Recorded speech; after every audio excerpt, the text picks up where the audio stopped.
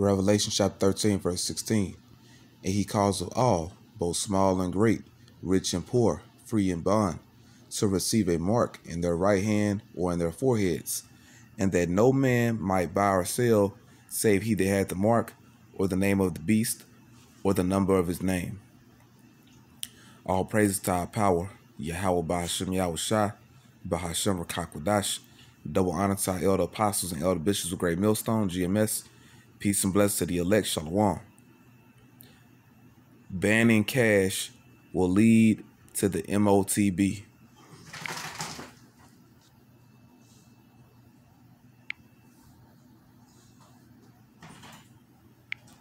The central banks know this. At some point in time, it all comes crashing down. When it does, the big banks go to the central banks and say, hey, we need a bailout. We've got systemic risk. That's when the central banks look at the big banks and say, no, I don't think so. They let them fail. The central banks have then wiped out the small banks and the big banks, so they are now the only game in town.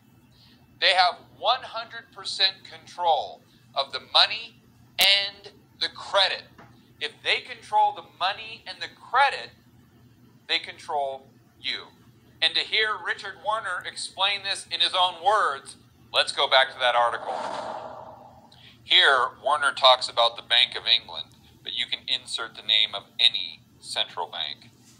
By supporting monetary reformers, meaning people who want to ban cash, the Bank of England may further increase its own power and accelerate the drive to concentrate the banking system if credit creation was abolished and there was only one true bank left, the Bank of England. It would further the project to increase control and monitoring of the population. With both cash and bank credit alternatives abolished, all transactions, money creation, and allocation of that money would be implemented by the Bank of England. Werner goes on to imagine how the PR departments of the central banks and the mainstream media would spin this, how one could increase their security and safety with this digital money. What if one loses one's direct debit card? No doubt some bright Bank of England spark, or else any of the talking heads in the media, will then suggest we should adopt the techniques long practiced with our pets, namely implanting microchips under the skin as our money of the future. Whether this spells progress, readers need to decide for themselves. So a cashless society, negative interest rates, and central banks being the only banks left on the planet, and microchips implanted under your skin.